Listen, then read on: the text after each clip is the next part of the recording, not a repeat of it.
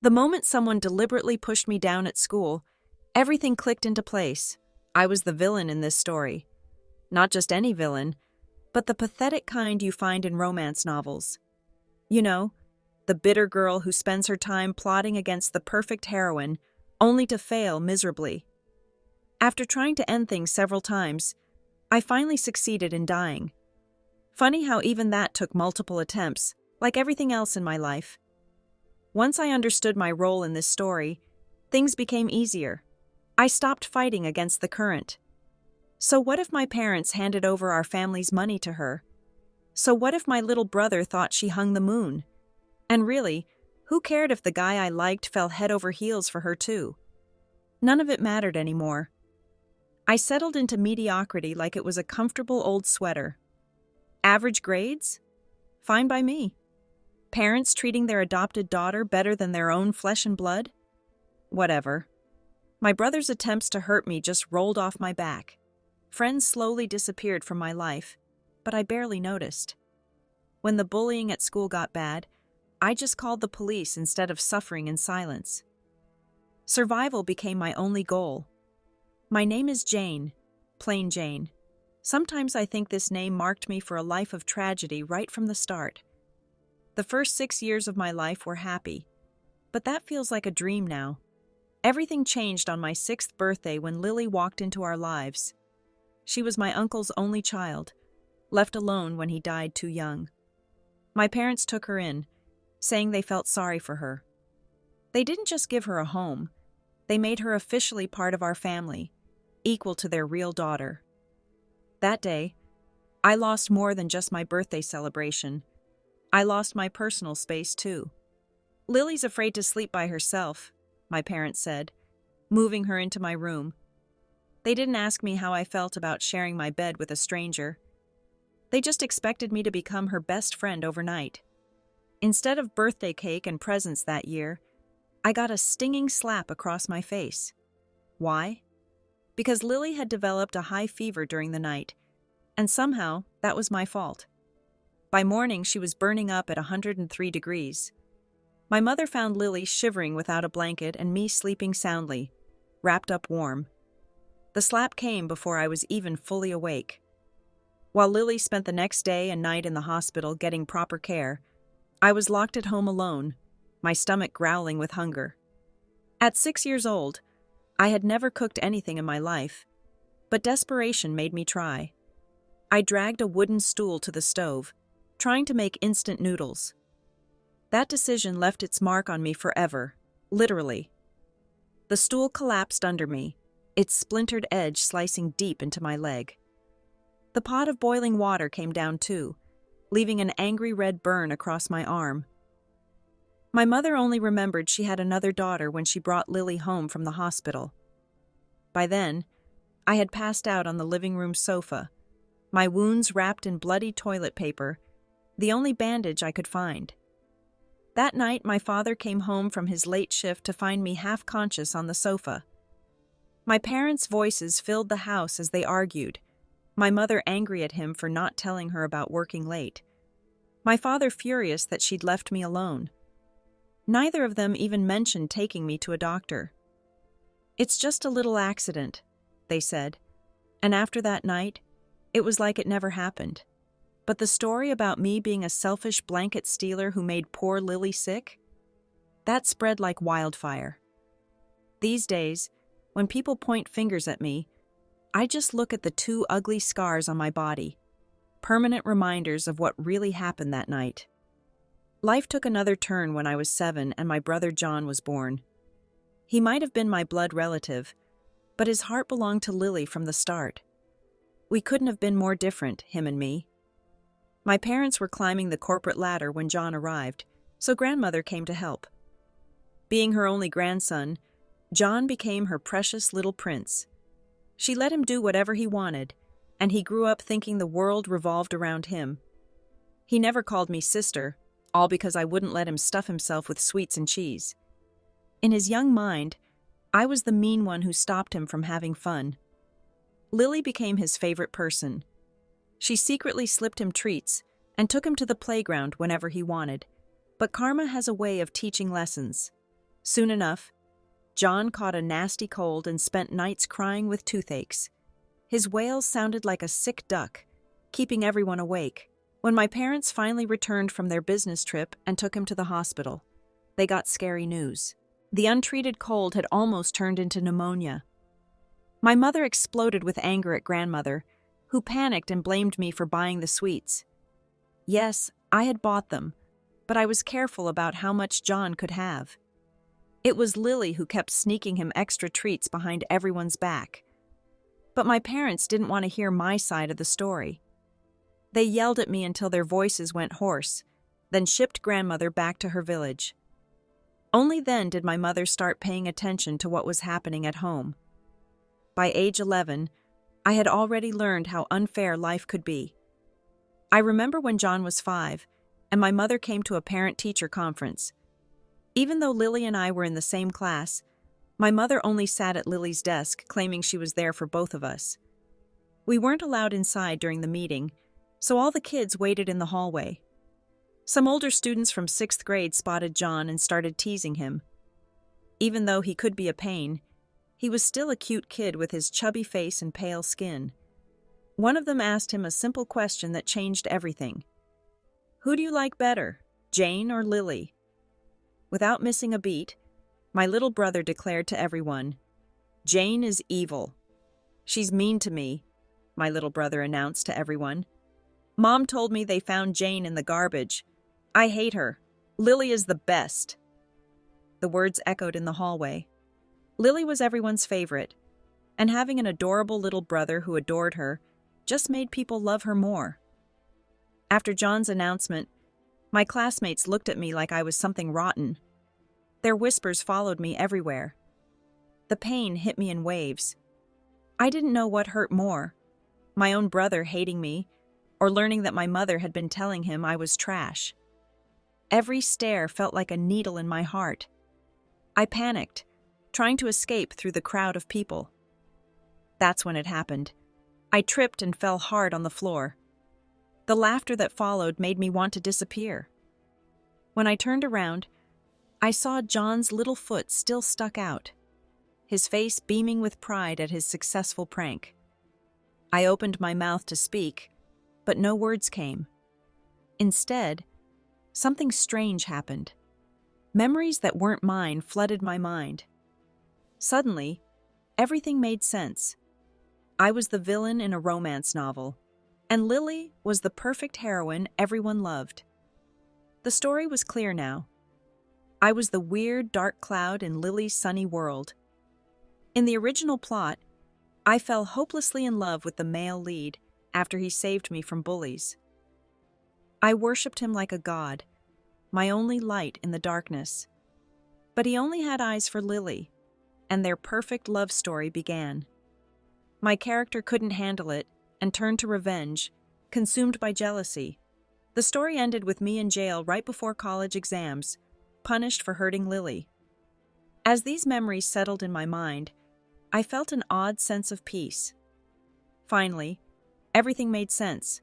My parents' obvious preference for Lily, my struggling grades despite studying hard, even John's hatred.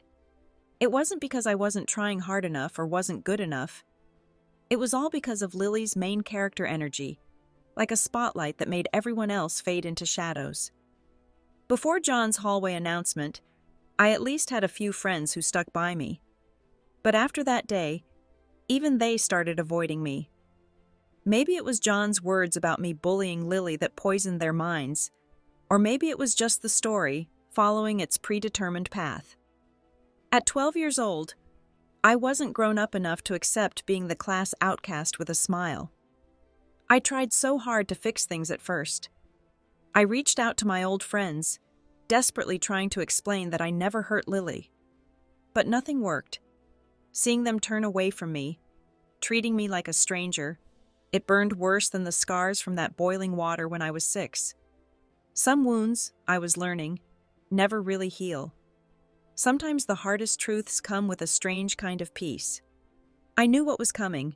In the original story, John would push me down the stairs on elementary school graduation exam day. This accident would keep me from taking the test, force me into a bad middle school, and eventually lead me to meet and fall for the male lead. Knowing I couldn't fight fate, I decided to at least make it work for me. On exam day, I set my trap. After lunch, I lost my exam papers in a hidden spot and asked my father to help look for them while I went ahead. Right on schedule, John appeared at the doorway. He held out a beautifully wrapped present, his face a perfect mask of innocence. "I'm sorry, sis," he said softly. "I feel bad about tripping you before. Mom scolded me, so I got you this. Please don't be mad anymore." His act was perfect. The gentle voice, the innocent eyes, that harmless smile. If I hadn't known what was coming, I might have believed him. I played my part too, acting surprised and touched.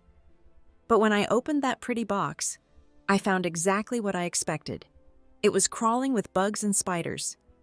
I let out the loudest scream of my life. My scream probably shook the whole neighborhood. But before John could enjoy his moment of triumph, I turned his prank against him. I threw the box right at his face, sending bugs flying everywhere. You should have seen him, his perfectly styled eyebrows all messed up, screaming like a tea kettle as he frantically swatted at the creatures crawling on him. Rage replaced fear on his face. He didn't hesitate, just charged forward and shoved me hard. As I fell backward toward the stairs, I saw my father running toward us, right on cue. He witnessed the whole thing, John pushing me, my body tumbling down. My father's face turned dark with anger as he yelled at John. Then, hearing my pained cries, he scooped me up and rushed to the hospital. Sure, I was hurting and missed the exam, but for once things worked out in my favor. John got the scolding he deserved, and my parents actually showed some concern for me. I'd thought about making the fall worse, maybe break a bone for extra sympathy, but couldn't bring myself to do it. Even as the villain of the story, I wasn't that cruel or self-destructive. On the drive home from the hospital, I played my role perfectly, the wounded, wronged child. No matter how much my father tried to comfort me, I just sat there letting silent tears roll down my face. As we drove, we passed by a dance studio just as classes were letting out. The street filled with students in bright dance outfits, laughing and practicing their moves together. Watching them, I felt a different kind of pain, the kind that comes from seeing something you can never have. Looking at those dancers, something stirred inside me. Dance had always been my secret dream, one I'd mentioned to my parents years ago. But then Lily came along, and then John, and suddenly there wasn't enough money for dance lessons. Like everything else in my life, my dream got pushed aside. But now, I saw a chance. I could use this accident to finally get what I wanted. I wasn't chasing this dream because I believed in happy endings anymore. How could I? My story was already written, and it didn't end well. No, learning to dance was my backup plan. When everything fell apart, and I knew it would, maybe I could make a living through dance instead of academics. "Dad," I whispered, my voice shaking, "I want to learn dance." I'd planned to fake a few tears for sympathy, but something strange happened. As soon as the words left my mouth, my throat closed up, my nose started burning, and real tears came pouring out. My father, still feeling guilty about the stairs incident, said yes right away. That summer, after elementary graduation, I finally stepped into my first dance class. Starting dance at my age was like trying to learn a language years after everyone else. It demanded everything from me: time, energy, pain. But dance had always been in my blood, even if I'd never had proper lessons. I'd spent countless hours practicing at home, stretching in my room, copying moves from online videos. When I finally got real training, my body seemed to know what to do. Every practice left me aching, my muscles screaming from endless stretches and poses. But when I danced, really danced, I felt free. In those moments, I wasn't the villain or the outcast. I was just me, moving through space, creating something beautiful. Meanwhile, life followed its script. Lily got into the city's top middle school, while I ended up at an average one. On the first day, my mother and John went with Lily, while my father took me to my school. When I saw the Mingy Middle School sign, I knew what was coming. This was where the bullying would start, where some ridiculous hero would have to save me. Mingy wasn't anything special, but it had strict rules. We had to live at school and could only go home once a week. I figured this was part of the plot too, making it easier for bullies to corner me. They put me in a dorm room with 7 other girls, all from different classes. Of course, I was the only one from my class. The story was setting me up for isolation. The original story didn't say much about the bullying, just that it happened. But I knew it was coming, and I even knew who would start it. Lynn, one of my roommates, came from money and power. Her big brother ruled the 9th grade with his gang of followers. If I was the villain in this story, Lynn was just a tool, a minor character meant to make my life miserable before the real drama began. Poor Lynn. Her life was so boring that I became her favorite entertainment. Throughout 7th grade, she was my most devoted fan. 3 times a day, like clockwork, she'd sweetly ask about my entire family tree and leave lovely surprises in my desk, usually something small and furry that moved. She seemed to enjoy touching me too, always finding reasons for physical contact. She was more hands-on with me than with her monthly boyfriends. Every time Lynn spotted me, her eyes would light up like a hungry dog seeing a juicy steak. To show my appreciation for all this attention, I dug through our storage room at home and found the perfect gift, an old phone, perfect for capturing our special moments together. It all came to a head one Friday afternoon in 8th grade. I was on cleaning duty when Lynn and her gang cornered me in the classroom. The other cleaners vanished like smoke. I held back a sigh. "Lynn," I said softly, "I've been wanting to tell you something for a long time. Since you're here now, I might as well say it all." She towered over me, her 5'7" frame dwarfing my 5'1" height. Her thick eyebrows scrunched together as she looked down at me, her smirk just begging to be wiped off her face. "Go ahead," she sneered. I put on my best shy smile and spoke in a gentle voice. "I know you've had feelings for me for a while now. All this attention, you're just trying to get me to notice you. I mean, you're kind of pretty, and your family has money." I took a few steps back, playing the role of an embarrassed admirer as her face twisted like she'd just bitten into a lemon. "But it won't work between us. I prefer tall, handsome guys." She started choking on her words, and I waved my hand to stop her. "Please don't say anything else. Nothing will change how I feel." Lynn's face turned an interesting shade of purple. "What are you laughing at?" she snarled. "Grab her." I sighed internally. Provoking her was fun, but I knew I had to be careful, push too hard, and things could get ugly. Still, today would make for an interesting recording. That old phone was already in position, hidden in my desk with the perfect angle to catch everything. As I started my little performance, it was quietly recording away. I backed up slowly, watching Lynn's gang move with practiced efficiency. She couldn't resist delivering her villain speech. "Run, run, let's see how far you can go." But I wasn't running. Did she need glasses? Her long, red-painted nails traced my face, and I couldn't help myself. "Stop teasing me like that. I don't like it." Her face darkened as she grabbed my chin, sneering. "Such a sharp tongue. Let's see if you keep talking after this." When Lynn pulled out a red phone and pressed a few buttons, the word "strip" made my blood freeze. Her gang pounced like hungry wolves, their hands grabbing at my clothes. I struggled, but it was useless. All I could do was watch with wide eyes, knowing exactly what would happen next. Right on cue, like a scene from a cheap romance novel, the back door burst open. Enter the hero, Chris, our male lead, backlit by the setting sun like some kind of budget superhero. According to the story, He was supposed to be this perfect vision: deep voice, chiseled features, cold demeanor. The description was precise: 3 parts indifference, 2 parts anger, 5 parts ice-cold attitude. But let me tell you, those weren't my words. They were just pre-programmed lines that popped into my head whenever he showed up. The reality? The hero standing there hadn't even finished growing. His voice still cracked sometimes, and his face was as round as a dumpling. Nothing like the sharp-jawed Prince Charming from the story. All that stuff about being cold and angry? Pure fiction. What I saw was simply a good-looking kid playing hero. 90% handsome, 10% self-righteous. This was Chris, destined to become the school's golden boy that everyone would fear and respect.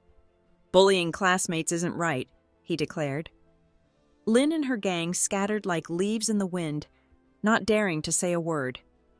I had to admit, he played his part well. That famous main character energy was no joke. Years later, I could still picture him standing there, hands in his pockets, wearing that smug look that screamed hero complex. Back then, I remember thinking, what a show-off, even as I secretly envied his plot armor. After that day, something magical happened. My terrible grades suddenly shot up. Of course, I knew why. The story needed me to get into the same high school as Chris, so the universe itself was helping me study. Even Lynn backed off completely. I figured the story was too lazy to create more background characters just to torment me. But I wasn't about to let things end there. A week before high school entrance exams, I marched straight to the police station and reported everything Lynn had done to me. The school went into panic mode. Teachers kept calling my parents, trying to talk me out of it. I just stood there, hands in my pockets, mimicking Chris's pose from that day. What else could I do? The teachers had dismissed it as trivial matters, so I forced everyone's hand. My parents, Lily, Lynn's family, all crammed into one room. We reached a private settlement, and I got some compensation money. That's when I discovered the plot twist. Lynn and Lily had been best friends since they were kids. Of course they were. The white dress she wore that day haunts my memories still. Lily stood before me, tears gathering in her eyes like morning dew on petals, her usually composed demeanor cracking under the weight of guilt. "I'm sorry, Jane," her voice trembled. John's words, they clouded my judgment. I should have explained things clearly from the start. She paused, collecting herself. Lynn did this because of me, and she's already shown remorse. Could you find it in your heart to forgive her? I remained silent, studying her. Lily, always the picture of perfection in her pristine white dress, even with reddened eyes. The very image of innocence personified. Interpreting my silence as hesitation, she pressed on. The high school entrance exam is approaching. An arrest now would destroy Lynn's future entirely. She gently guided Lynn forward, like a mother encouraging a reluctant child.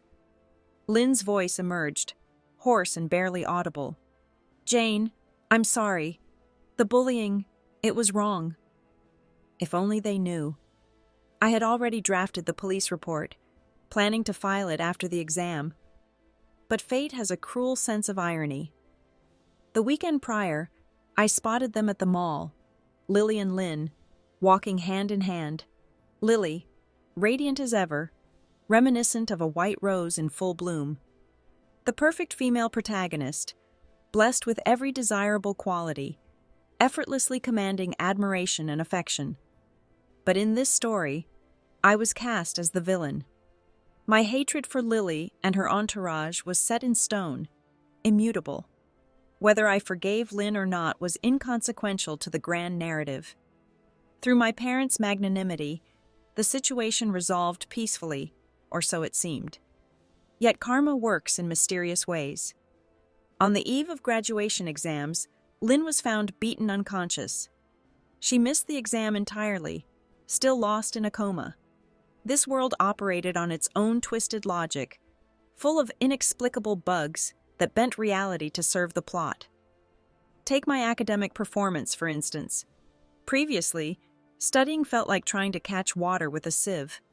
Now, knowledge stuck effortlessly. One or two glances at a text, and it was eternally etched in my mind. I sailed through the high school entrance exams, landing in the same school as our story's protagonists. But unlike the original plot where I languished in an average class, I earned my place in the advanced program.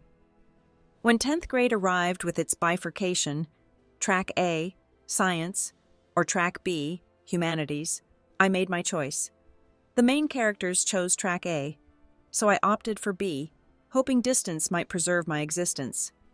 High school, the crucible where 90% of our tale would unfold. In the original storyline, I had played my villainous role to perfection. Jealousy, schemes, and slander. Against Lily. My reward? Expulsion and imprisonment just before college entrance exams. But destiny has a sardonic sense of humor. No matter how desperately I tried to deviate from the prescribed path, fate found ways to pull me back.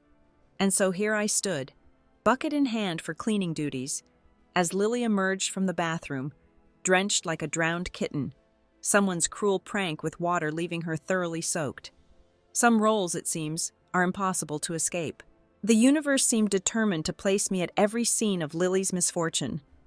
Her books, torn and discarded in the trash? There I was, coincidentally tossing my bubble tea into the same bin. Lily locked in the equipment room? By some cosmic joke, I happened to walk by with a ring of keys jangling in my hand. Chris and his friends watched me with calculating eyes. The silence stretched between us like a rubber band about to snap. If I said these were all coincidences, I ventured, my voice barely above a whisper, would you believe me? The silence deepened. Even I couldn't swallow that lie. Perhaps it was their protagonist privilege. These main characters seemed blessed with supernatural good fortune. Take Lily, for instance. One summer vacation transformed her into a breathtaking beauty. And Chris? His metamorphosis was equally dramatic. Gone was the round-faced boy of yesterday, replaced by sharp, angular features that looked carved from marble. His newly trimmed hair completing the transformation. His eyes, deep and magnetic, fixed on me with an unsettling intensity, as if I were some fascinating pet project. The gaze nearly hypnotized me. I forced my lips into a smile. There are cameras here, I reminded them, my voice steady despite my racing heart. You're not foolish enough to overlook that, right? The silence that followed spoke volumes. Understanding dawned in their eyes. They knew I hadn't orchestrated these events. I didn't wait for their response, vanishing like morning mist before the sun. I might have avoided playing the designated villain, but the story demanded one. Enter Diana, our class's newest transfer student. If I was meant to be the amateur antagonist, she was the professional, the childhood friend archetype, far more dangerous than my supposed lovesick fool role. Diana and Chris shared a history as neighbors. Her arrival perfectly timed to complicate the budding romance between our leads. Her presence was like a perfectly placed landmine in their path. Jane. Diana's voice carried through the bathroom stall where I sat. Those long bangs of yours, always hiding your face. You look like some creepy movie pervert. I froze, tissue in hand, as their conversation continued outside. She never talks to anyone, another voice chimed in. Remember when I went to throw trash with her? She just gave me this weird sneer. Still gives me chills thinking about it. How ridiculous. My long bangs were simply the result of laziness. Nothing more. And when did I become the silent type? Social anxiety had sealed my lips, not malice. That alleged sneer during the trash incident? A complete fabrication. I had simply gone about my business, nothing more. A knock on the door startled me. The curse of girls traveling in pairs to the bathroom meant limited stalls and endless waiting. By the time they finally left, my legs had gone numb from sitting so long. As I limped toward the exit, A sob echoed from the last stall. Through the window, I could see daylight still streaming in. Safe enough to investigate, I thought. "Hello?" I called softly. "Do you need help?" The sobbing ceased abruptly. I turned to leave, respecting their apparent desire for privacy, when a small voice stopped me. "My clothes are dirty." Some acts of kindness, even from a designated villain, can't be helped. "Can you lend me some clothes? Anything will do. Please." The desperate voice drew me closer, and when she opened the door, the sight before me stole my breath. This wasn't mere dishevelment, it was devastation made flesh. The girl stood there, trembling, with only a soaked school jacket clinging to her frame. Her wet hair plastered against her face like dark seaweed, water trickling down in steady streams. But what truly made my heart clench were the angry red marks decorating her arms and legs like cruel graffiti. I fought back the surge of emotions threatening to overwhelm me, carefully handing over my spare clothes. It seemed this world had its own twisted operating system, running parallel to the main plot I knew so well. The girl introduced herself as Amy, and when I pressed about reporting the incident, her response chilled me. She'd tried that route before. Parents, teachers, police, all useless. Her attackers had connections, and her last attempt at seeking justice had only led to escalation. Her parents' workplace vandalized, the bullying intensified. Sympathy tugged at my heart, but I knew my limitations in this story. 3 days later, Amy returned my uniform, freshly cleaned, along with a peace offering of food. I declined, watching sadness flash across her face. But she persisted. Day after day, I'd find little tokens of gratitude in my desk. A bottle of milk here, a pen there, or a box of yogurt waiting silently. Those familiar offerings became a constant presence, until one day, in an empty classroom, I caught Amy sneaking toward my desk. Her reaction was immediate and intense, face flushing crimson, words stumbling over themselves in yet another apology. Why was she always apologizing? I was supposed to be playing the bad boy now, wasn't I? "Don't do this anymore," I said firmly. I briefly considered the dramatic wall pin move from countless romantic scenes, but reality intervened.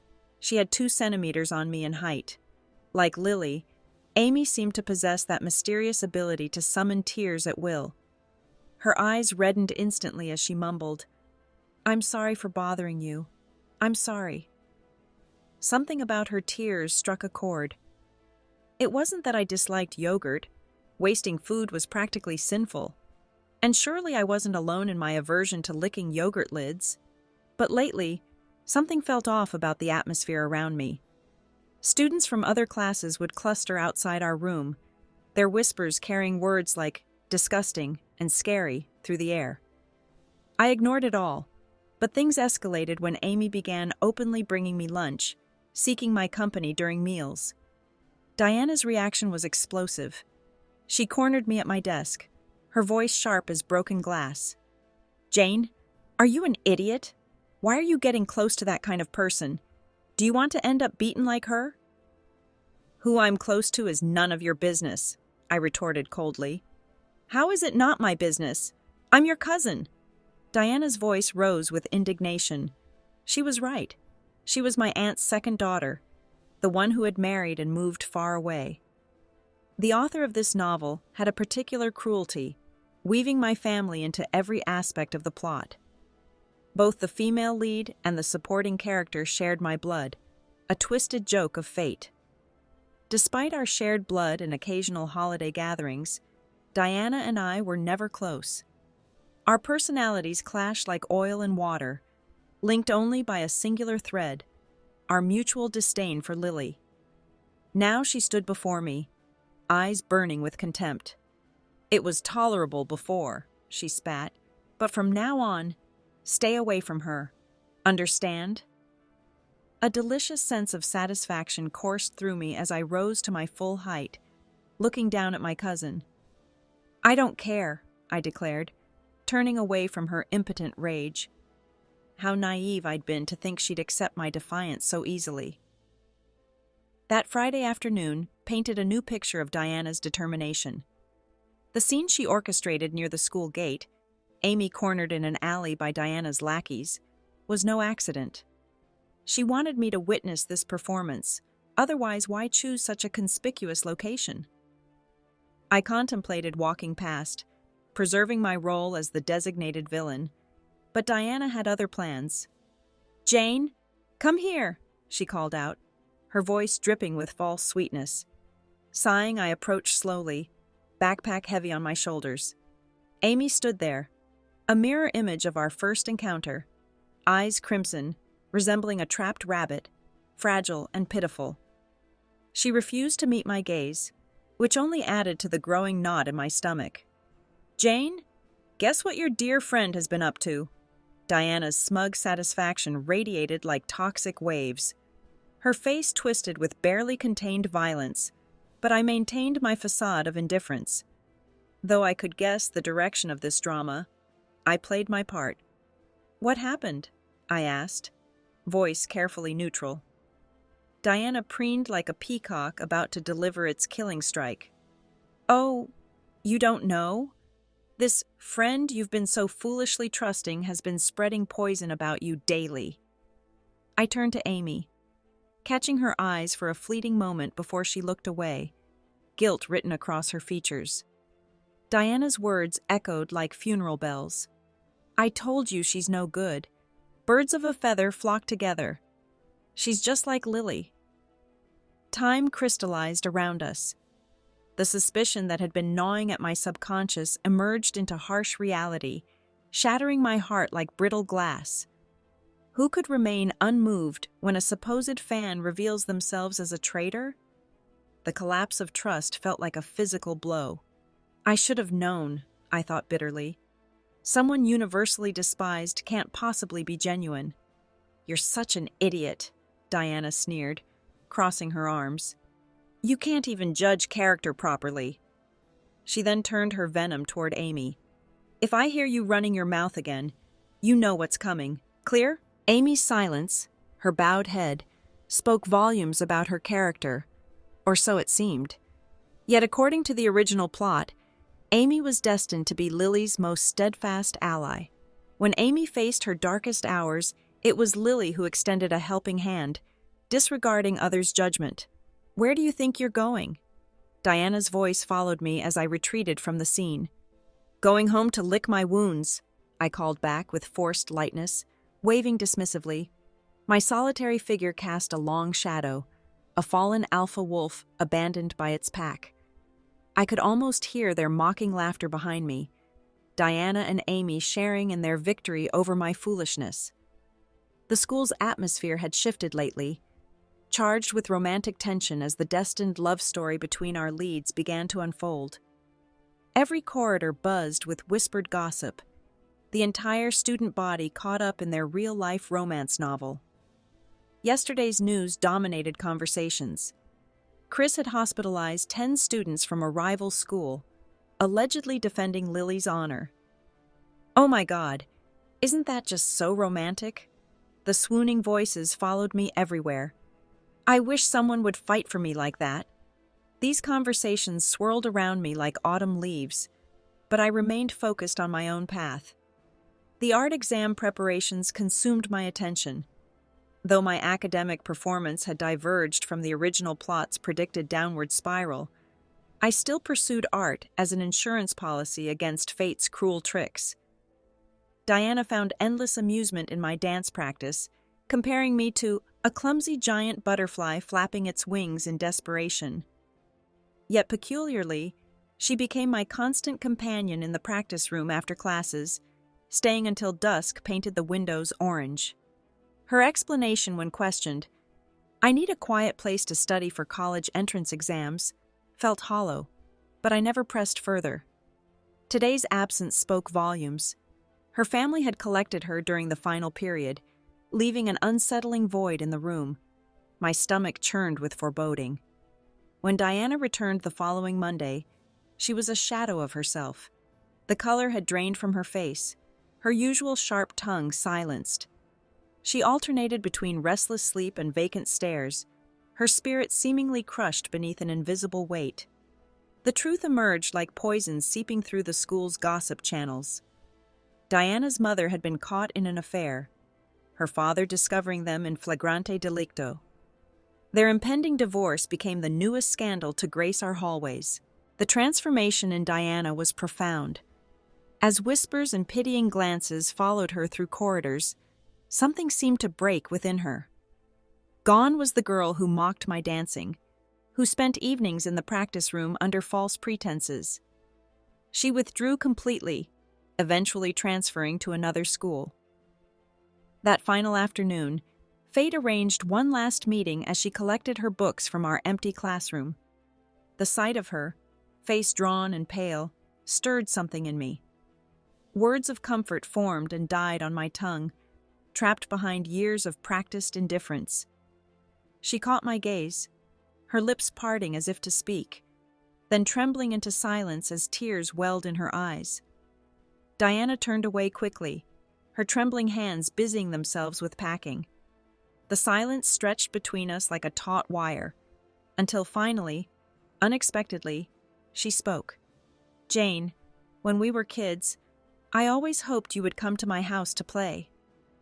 Her words caught me off guard. I'd always assumed she despised me. She continued, her voice soft with memory. "My parents were rarely home, always working. They'd only return for New Year's, and even then, all they did was argue and fight." She gazed out the window, lost in the past. "That one year you came to visit, it was the only New Year when my parents didn't fight. After that, I kept hoping you'd come back every year." Her voice cracked with emotion. "But now, it doesn't matter anymore." Finally, she turned to face me, her eyes holding mine with unexpected intensity. "I used to be so jealous of you, you know? But now, I see you're even more pitiful than I am. At least my parents only loved me." A bitter smile crossed her face. "Jane, now we're both pitiful beings." After Diana's departure, news spread that Amy had dropped out, and that she'd been the one to expose Diana's family scandal. My supposed harem was dissolving, one member at a time.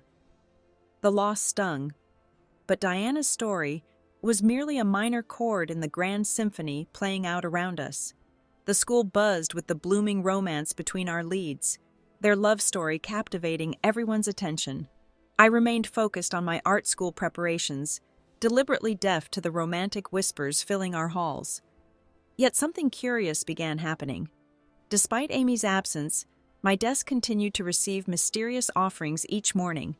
Soy milk, buns, sometimes still warm from the bakery. No matter how early I arrived, the mysterious benefactor remained elusive. One evening after self-study, I left a note in my desk, a small attempt at communication. The next morning, my breakfast had been replaced with a box of cookies. As holiday season approached and classroom spirits lifted, the gifts evolved. Food gave way to colorful hair ties, stone-studded bracelets, delicate necklaces, and even small stuffed animals. I bought a large box to collect these tokens, determined to return them when I finally discovered their source. By holiday's arrival, the box overflowed with these silent gestures of, what, friendship, apology, love? Summer break passed in a blur. During New Year's, Diana stayed with her maternal grandmother, her parents' divorce now final. She would soon follow her father abroad, her return date uncertain. The change in her was striking. Her newly cropped hair matched a stronger, more individual spirit. During her 3 days home, we became what we'd never been before, genuine friends, exploring the city together, making up for lost time. Diana's parting wishes for my exams lingered in my mind as we went our separate ways. Life continued its predictable course until one late night in our final year, when my roommate realized she'd left her desk lamp in the classroom. With the dormitory lights already out, we had no choice but to venture back together. The school transformed at night, silence hanging thick in the corridors. As we approached our classroom, a faint light leaked through the windows. Given the recent spate of thefts, missing books and bags, we approached with caution. The door's creak betrayed our presence, and the figure inside turned sharply. Chris stood there, frozen, a beautifully wrapped box in his hands. Our eyes locked in mutual surprise, the moment stretching into uncomfortable silence until my roommate's voice shattered it. "Who's there?" she called from behind me, squinting into the dim light. Her words seemed to break whatever spell held Chris in place. He bolted through the back door, leaving only his retreating silhouette for my roommate to see. "Strange," she muttered. "Doesn't look like anyone from our class." I watched through the window as his figure disappeared into the darkness. "I don't know," I lied. "Let's just get what we came for and go." Chris vanished from school after that night. The original plot rushed back to me. This would be when his family crisis began unfolding. Like every proper male lead in a romance novel, Chris carried his share of tragedy. Orphaned young, raised by his grandfather, and now facing the vulture-like attention of uncles circling their family company as his grandfather's health failed. According to the story, he wouldn't return to school. Remembering his grandfather's fate in the original plot, and thinking of that night he'd driven through the dark to bring me medicine, I felt compelled to act. During a weekend outing, I sent him an anonymous message, a warning about his uncle, a small repayment for his kindness with the anti-diarrhea medicine. Later, during the new year, Diana revealed something that shook me. After seeing my social media post, Chris had bombarded her with calls, alternating between pleading and threats, desperate for my hotel address. He'd been over 100 kilometers away that day, yet drove more than an hour just to find me. She told me how he'd stood outside, paralyzed by indecision, afraid of disturbing my peace. When he finally gathered the courage to call, his heart had thundered in his chest. Each unanswered ring amplified his anxiety until worry for my safety overwhelmed his hesitation. He persisted, calling again and again. Finally, the connection clicked through. "Who is this?" I asked into the silence. The truth of his determination hung heavy in the air between us, even through the phone line. The cigarette trembled between Chris's fingers as he waited, his hoarse voice barely managing to call out, "Come down."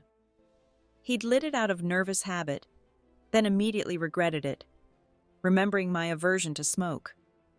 When I emerged, his entire body froze. He knew I'd seen his phone screen. Something unfamiliar twisted in his chest, an urgent need to escape. It would be years before he recognized that feeling as pure, unfiltered embarrassment. The memory of that day lingered, prompting me to leave a simple note in my desk. I didn't care for those treats. Please don't waste them. Determined, Chris sought out Diana, hoping to learn my preferences. Her response only deepened the mystery. "I had no favorites," she said, leaving him to embark on a daily adventure of trying something new. Life had a way of creating unexpected moments. At an auction with his grandfather, Chris's eyes fell upon an exquisite perfume bottle, and instantly, he could picture it in my hands. The universe seemed to have other plans. I caught him in the act. He wanted nothing more than for the ground to swallow him whole. Yet somehow, the perfume still found its way to me. Those were dark days for his family, with school becoming a distant memory. But his determination to deliver that gift personally led him to seize a moment of chaos. The anonymous message that followed caught him off guard. Though puzzled by my knowledge of his family's troubles, something in him chose to trust my words. His grandfather's condition was beyond hope this time. On what should have been a joyous day, my graduation, Chris found himself arranging funeral flowers instead of attending. Still, he made sure I received roses, believing their radiance matched what I deserved. While I pursued higher education in a different city, Chris waged corporate battles against those who would undermine his family's legacy. Winter break finally offered him respite and a chance to see me. The mere sight of me seemed to lift the weight from his shoulders, every worry dissolving like frost in sunlight. In those moments, his world narrowed to a single point: my presence. My own story was unfolding differently. Family tensions had pushed me toward independence, taking on part-time work from my first year of college. Despite the hardship, there was a newfound lightness in my step. Chris would sometimes make secret pilgrimages to my campus, watching from afar as I bloomed in this new environment, surrounded by growing circles of friends. The sight of others pursuing me stirred a complicated mix of emotions in Chris, anxiety tangled with jealousy toward those who could openly approach me. In a calculated move, he arranged for his manager's younger sister, a senior in my department, to keep an eye on me and report back. She became his window into my world, paid to be the eyes he couldn't be. Time flowed like water through cupped hands, impossible to hold. Before he knew it, I'd completed my degree and set my sights on horizons even further away. Graduate studies abroad beckoned. Just as Chris's career found solid ground, he made the decision that had been years in the making, to finally step out of the shadows. But fate had other plans. My younger brother, true to form, had landed himself in serious trouble again. This time, he'd hospitalized someone in a fight, all because of that girl who seemed to bring chaos wherever she went. It was then that Chris truly understood the weight I'd been carrying all these years, the family burden that had shaped my every step. When I expressed my desire to sever all family ties, he saw an opportunity to help. Through his senior's connections, he brought in the city's most competent lawyer. Like a skilled surgeon excising a tumor, the legal proceedings cleanly separated me from my family's toxic influence. Freedom, when it finally came, carried a bittersweet edge. I was untethered at last, but also completely alone. Chris watched from the sidelines, his heart telling him that perhaps now, after all these years of silent devotion, it was time to speak his truth. That evening, liquor flowed freely into his glass. Though he could hold his alcohol well enough, he let himself sway and stumble behind me, an orchestrated dance of vulnerability designed to catch my attention. The liquid courage coursed through his veins as he finally voiced the feelings he'd harbored for so long. My rejection, though anticipated, still stung like winter wind against bare skin. But then I offered something unexpected, a promise wrapped in a challenge. If you still feel the same in 3 years, we'll be together. 3 years of overseas study stretched before us like an ocean. 3 years, not an ending, but a test of patience, of devotion.